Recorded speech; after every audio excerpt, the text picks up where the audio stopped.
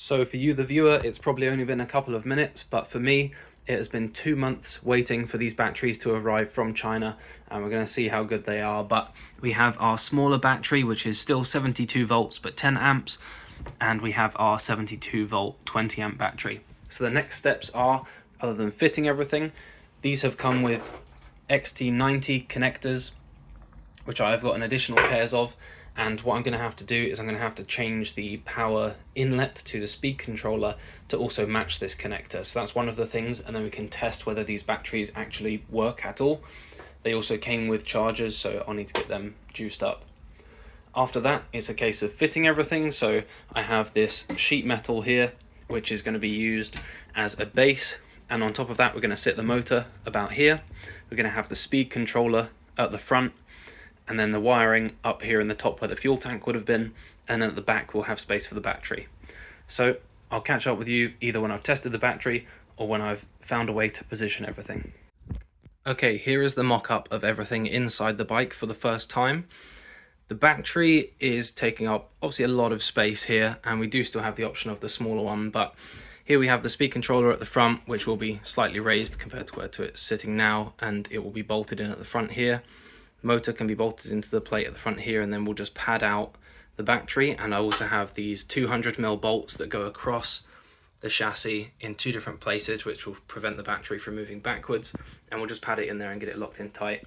My main concern at this point is the temperature, and I know that these motors run hot from the reviews, and that notoriously they do overheat, and so I've seen where people put extra fins on the outside of them to help with that. And it's not going to get a ton of airflow. The speed controller will be being at the front, but that's my main concern. And obviously the heat of this next to the battery, which is a Chinese battery, is a little bit of cause for concern.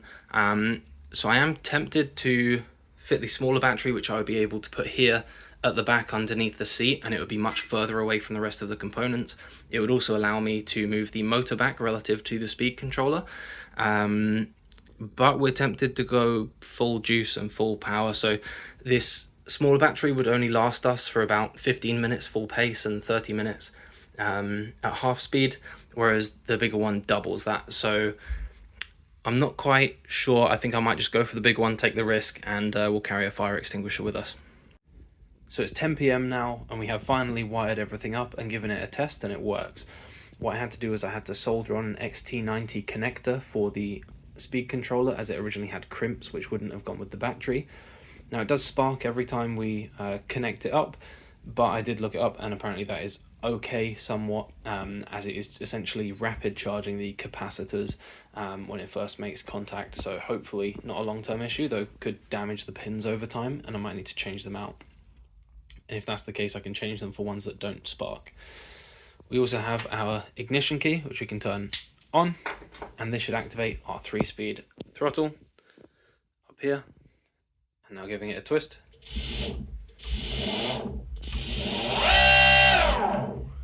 And that was on speed 1. And that was on speed 3. So it's working. Our next issue is that the motor is turning backwards. And so if we were to have that here where we want it, it would turn the chain backwards, the wheel backwards, which is not what we want. So there is a simple fix and a difficult fix to this. So the simple fix is that there are these blue, green, and yellow wires, which are the phase wires, which should determine the direction that the motor runs in.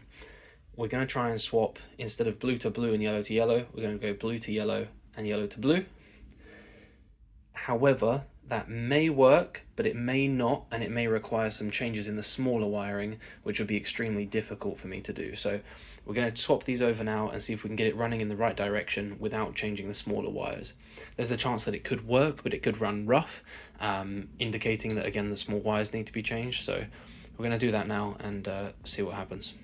Okay, we have swapped the phase wires around now, so moment of truth. Let's see if this spins in the right direction.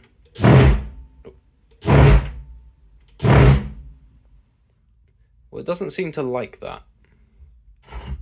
It's spinning it's moving the entire motor, but not spinning the gear. I might see if I can lock the motor in place and see if it does actually turn this, but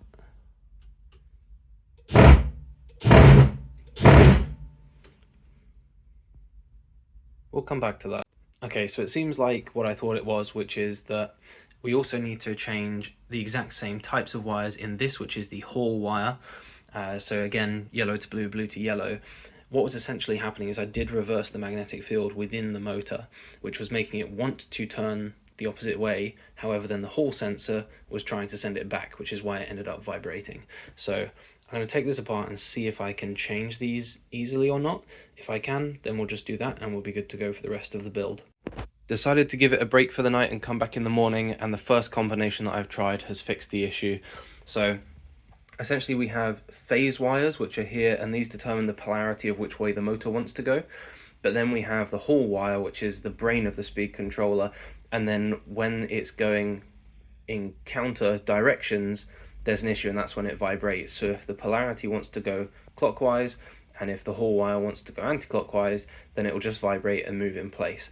So we had to work out a configuration of this where we could not only change the polarity of what the motor is doing, but also change the brain so that it accepts it going that way. And we have finally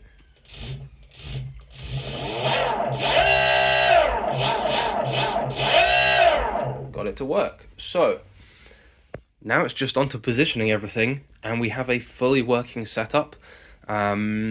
Looking forward to it, and now just need to drill some holes to secure this plate in place. Then I'll be using the 200mm bolts to also secure the battery in place, and I'll wrap some foam around these so there's padding for both heat insulation and vibration. So I'll lock the battery in nice and tight in there. And then we need to bend, there's some flaps on the speed controller, we just need to bend that so that it then sits at the front of the plate here with the motor slightly back and then the battery behind that. Quick update, we now have the base plate in, so now we can attach the battery and the motor. So we put this in with two M8 bolts with washers, and on the underside we might need to cut those short depending on where the fairing comes to.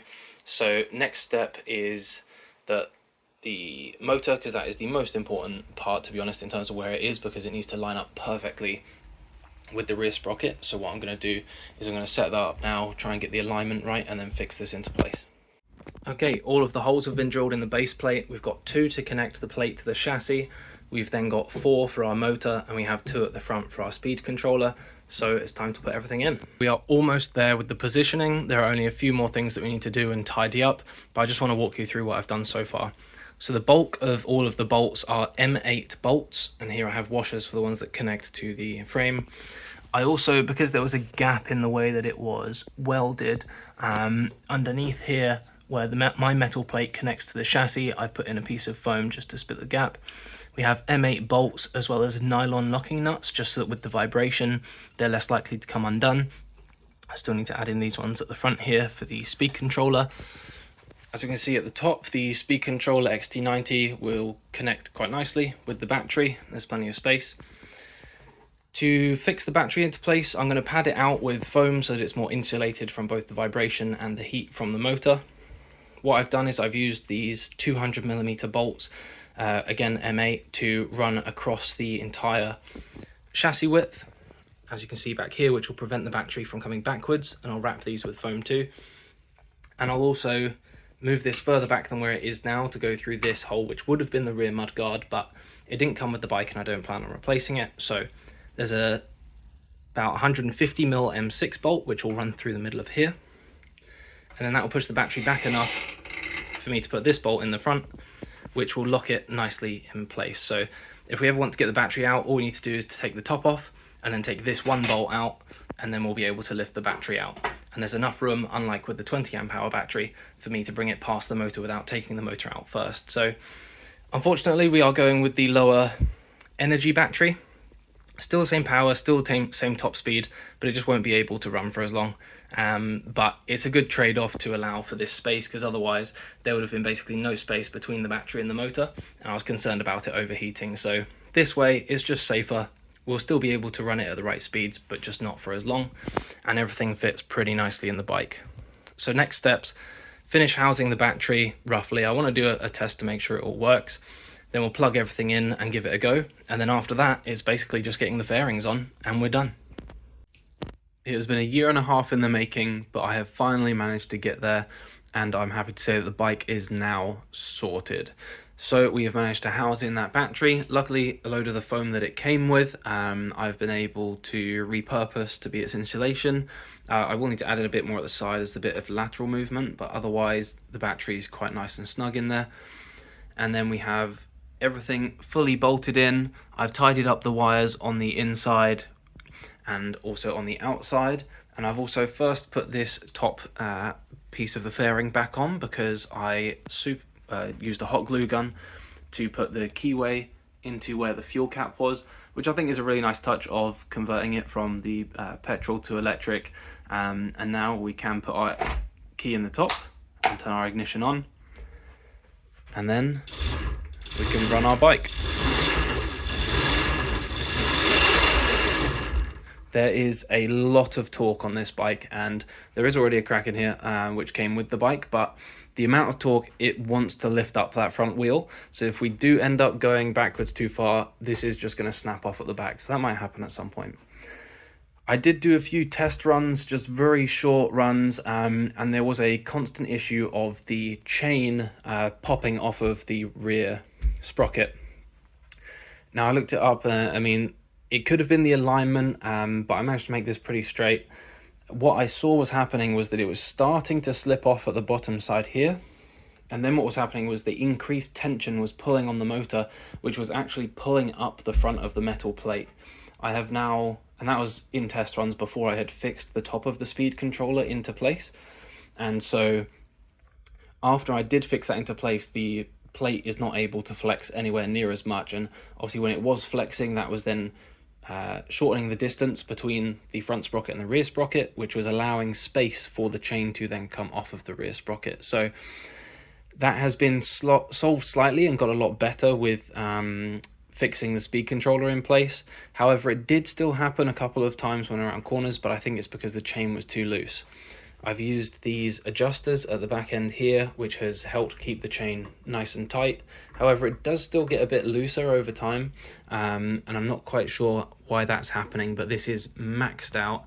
There is no further that we can stretch this, so the only other option I have, if it keeps happening or if it does come off again, is that I would need to push the rear axle all the way forwards and hope that I could take another link out of the chain, and then that way I would then have a new base to start extending it from. But for now it works. I have done a test run which I will put into the video now, and it was at an extremely slow walking pace. The reason why is because after it happened I realized that since I got the bike I had never checked the tire pressure because it just hadn't crossed my mind because I was focusing on the internals. But when I checked it, I was running at 0 psi. The pressure machine did not even detect pressure in the wheels. And when I was going along, it felt quite wobbly, felt like it could slip out. But these are tough wheels, so it was not super soft, which is why it was hard to notice. Once I pumped them up, it then got crazy, and we were able to go so much faster. So I'll show you the video now, which is essentially a bit faster than walking speed. And then in the next video, I will show you on the track where we did have a good time and managed to get our speed up a lot more, and the battery lasted for a good time, long enough that I got uncomfortable on the bike first before it was time for the battery to run out. So let me run that video now.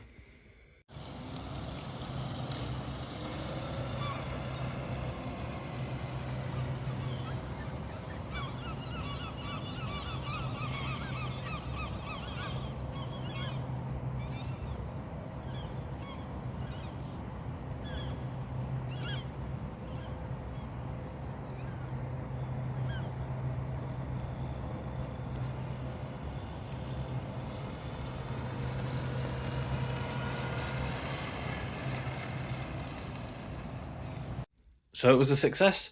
We managed to do our first run on the bike. It was just a straight up and down, but then in the next video, like I say, we'll go around the track and we'll get our speed up a bit more, and by that point I will have added a lot more fairings on, so the bike should look more complete. Although I do like this look, it is quite cool. It shows everything that I've done.